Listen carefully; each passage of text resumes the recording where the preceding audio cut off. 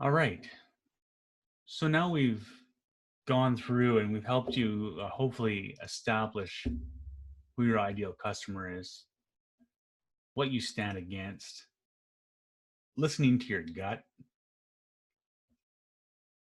We're getting closer into the relationship stage.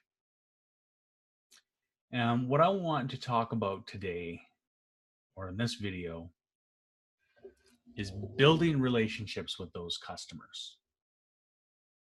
So hopefully you've got a decent idea and you're going to build those relationships because that's how businesses are built.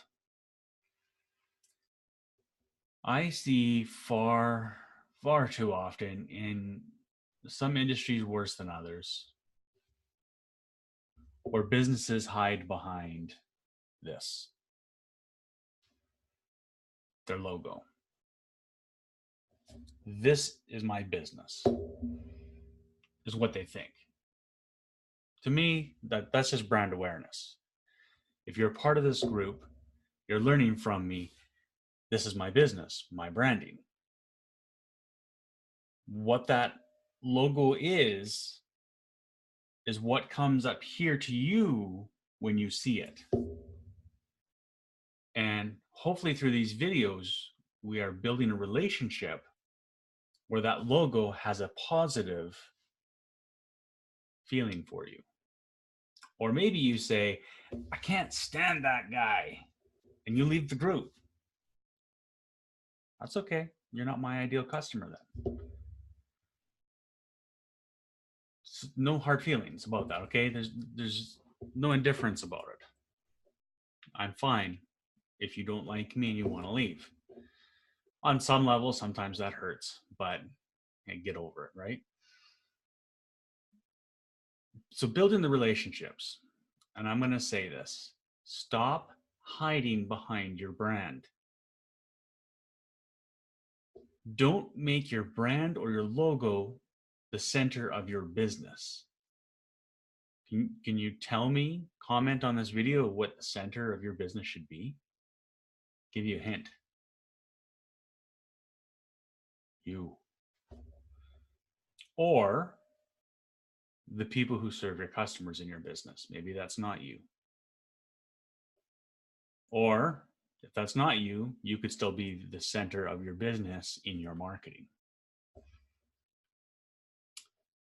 Talking with a business the other day, and while he does not serve his customers, he does not interact with his customers in the business.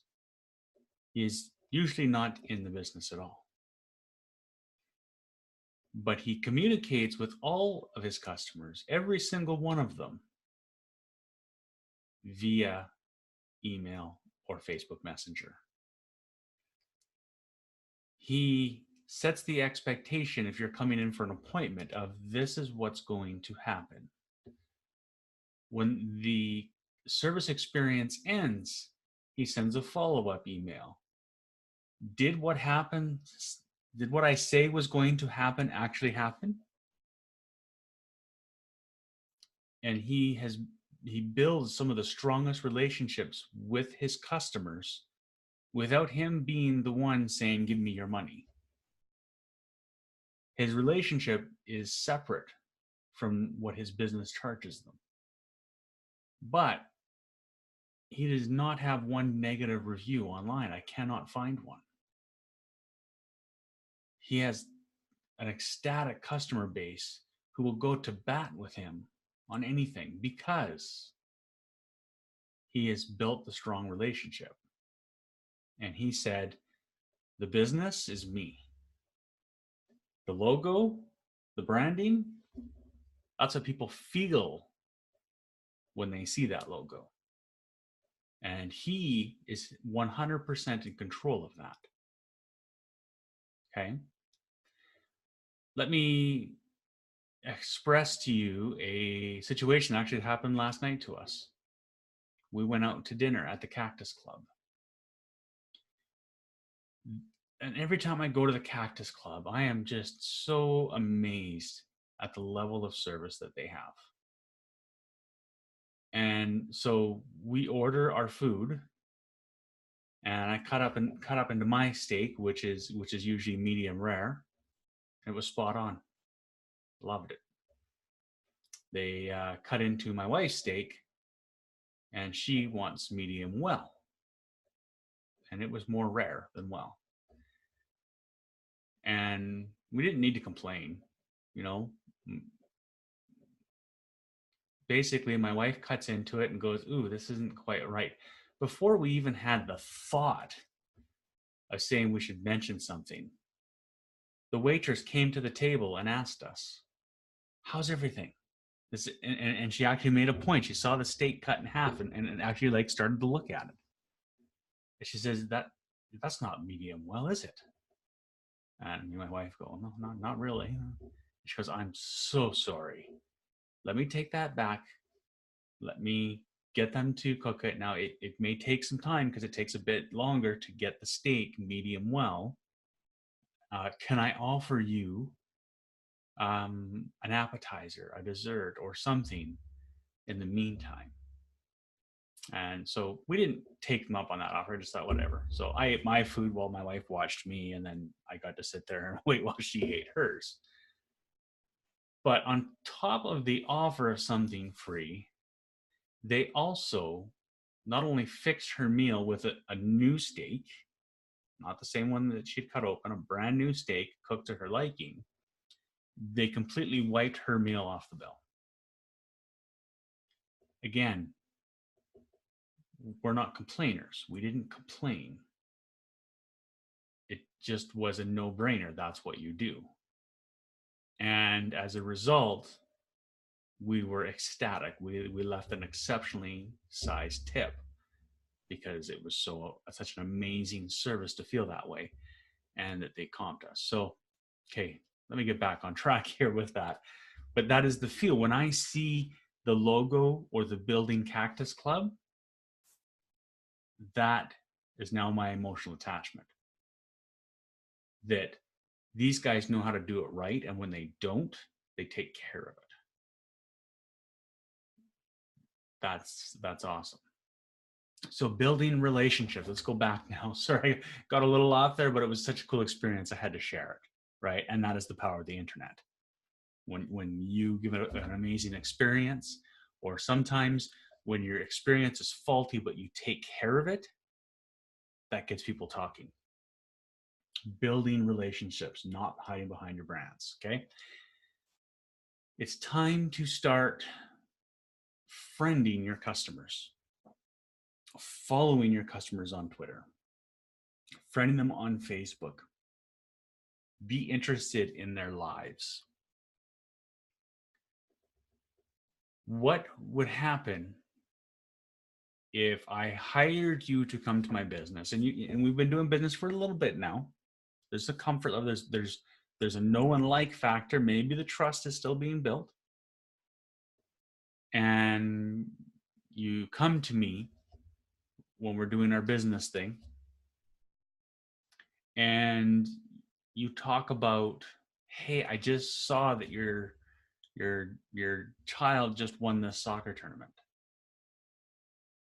I just noticed that you are, this happened in your life." And you mention those things, it immediately shows that you're interested. And we get to have that relationship conversation before we dive right into business.